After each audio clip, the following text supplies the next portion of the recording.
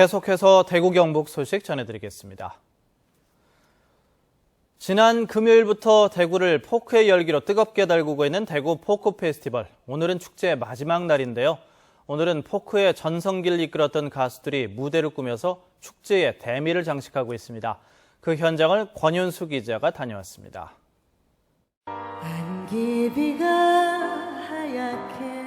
감성을 자극하는 노래가 두류 야외음악당 일대를 가득 메웁니다. 관객들은 무대 위 가수와 하나가 되어 노래를 따라 부르거나 음악에 몸을 맡깁니다. 축제의 마지막 날인 오늘은 1980년대와 90년대 포크의 전성기를 이끌었던 가수들이 총출동해 포크의 진수를 들려줬습니다.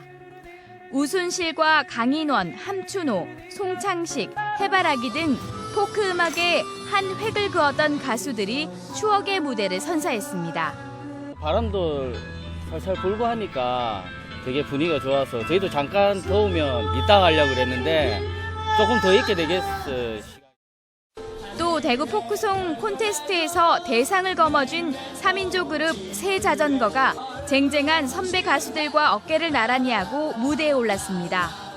서울 홍대를 중심으로 왕성하게 활동하고 있는 새자전거는 특유의 발랄함으로 관객들의 눈과 귀를 즐겁게 했습니다.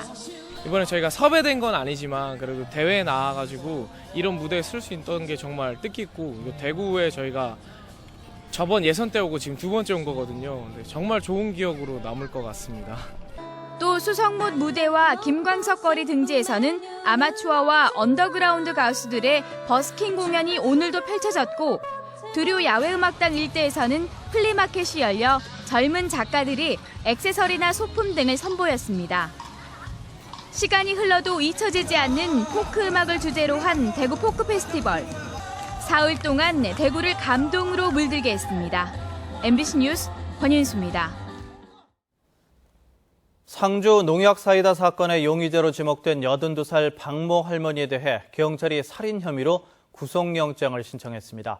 하지만 박 할머니는 혐의 사실을 일관되게 부인하고 있는데 구속 여부는 내일 영장 실질 심사를 통해 결정됩니다. 정동원 기자입니다. 경찰은 박 할머니의 집에서 농약 사이다에서 검출됐던 살충제와 똑같은 성분이 들어있는 강장제병과 농약병을 발견했고, 할머니의 옷과 전동 휠체어에서도 같은 살충제 성분이 검출됐다고 밝혔습니다. 경찰이 구속영장을 신청한 증거입니다. 농약 사이다를 유일하게 마시지 않았고 신고도 하지 않은 점, 그리고 사건 전후의 행적이 명확하지 않은 정황상의 이유도 있습니다. 그러나 박 할머니는 이틀간의 경찰 조사에서 강장제병과 농약병은 누가 갖다 놨는지 모르는 일이며, 옷과 전동차의 살충제 성분은 당시 마을회관 사건 현장 구토물을 치우다 묻었을 거라며 혐의를 일관되게 부인했습니다. 강장제병과 농약병 그리고 사이다병에도 박 할머니의 지문은 나오지 않았습니다. 무엇보다 범행 동기가 뚜렷하지 않습니다. 같이 살고 이런 사람인데 그건 없어요. 그건 안 그래요. 박 할머니에 대한 구속 여부는 내일 오후 1시 반 대구지법 상주지원에서 영장 실질 심사를 통해 결정됩니다. MBC 뉴스 정동원입니다.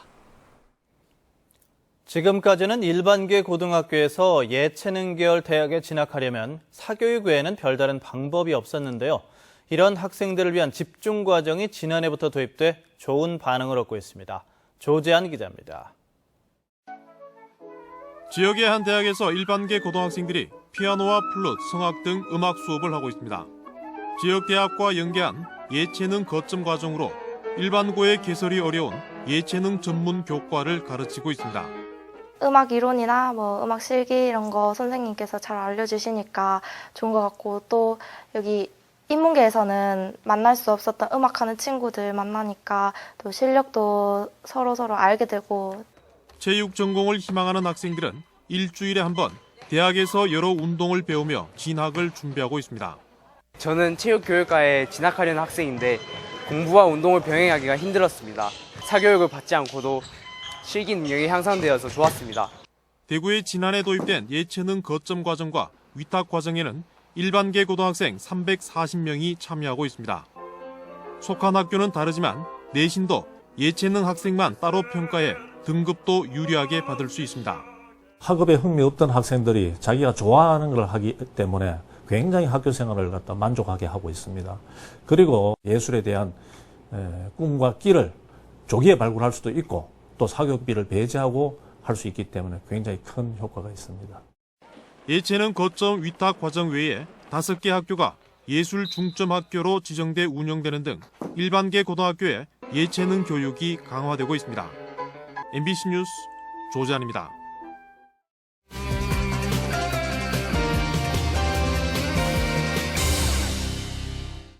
시청자들과의 쌍방향 소통으로 만들어지는 뉴스 모바일 엠벤입니다.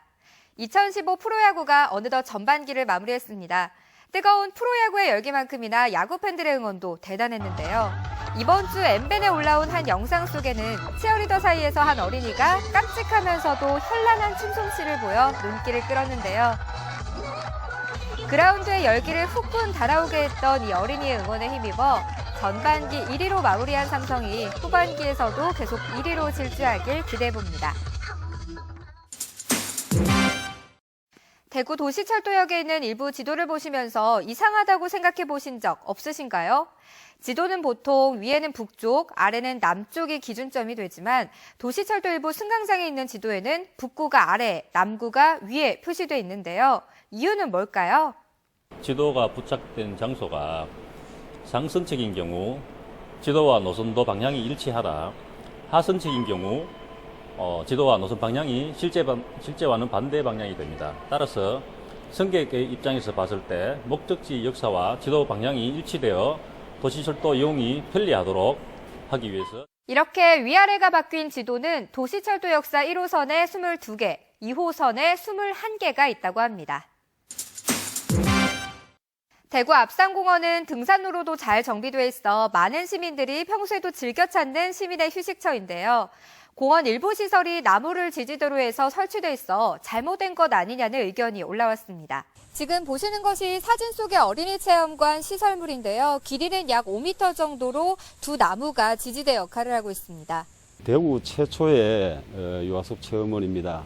현재 보시는 이 출렁다리는 유아 수준에 맞게 그렇게 설치를 했습니다. 현재 나무에 충격이 가지 않게 안쪽에는 완충제를 넣어서 고르게 힘이 분산되도록 이렇게 설치를 한 상태입니다. 시민들의 걱정처럼 나무들도 아프지 않도록 잘 관리 부탁드립니다. 대구시에는 48일 만에 메르스 관리 대상이 모두 사라졌습니다. 하지만 이번 메르스 사태에서 우리는 많은 것을 배워야 할 텐데요. 앞으로 제2, 제3의 메르스 사태가 발생하지 않도록 하기 위한 의미로 이번 주 엠벤에서는 메르스 같은 감염병 및 질병 관리를 위해 개선해야 할 것은 무엇인지 의견을 물어봤습니다. 가장 많은 답변은 개인위생과 위생의식 등 국민보건교육 강화였고요. 중앙정부와 지자체, 병원과 보건소의 유기적 협조가 그 뒤를 이었습니다. 또한 전문의료인 양성, 훈련체계가 개선되어야 한다는 의견도 많았습니다. 지금까지 모바일 엠벤 이시정이었습니다. 동해안 26개 해수욕장이 모두 개장해서 운영에 들어갔습니다. 경상북도에 따르면 지난달 8일 포항 영일대 해수욕장이 조기 개장한 이후 동해안 해수욕장이 차례로 문을 열어 지난 주말까지 모두 6만여 명의 비서객이 다녀간 것으로 집계됐습니다. 오는 30일에 포항 국제불빛축제를 비롯해 오는 31일 영덕 황금은어축제, 다음 달 1일 경주 해변가요축제 등 다양한 축제도 이어질 예정입니다. 산림청 국립자연휴양림관리소는 이용객 불만을 줄이고 노인 등 인터넷에 익숙하지 않은 정보 소외계층의 차별을 막기 위해 기존 선착순으로 하던 주말 예약 방식을 오는 9월부터 추첨제로 변경합니다. 9월부터 실시되는 주말 추첨제는 금요일과 토요일, 법정 공휴일 전날을 대상으로 하는데 추첨 신청은 매달 4일에 다음 달 사용분의 신청을 받습니다. 예천군이 활과 관련한 문화 교류를 위해서 국제 네트워크인 세계 활연맹 창설을 추진하고 나섰습니다.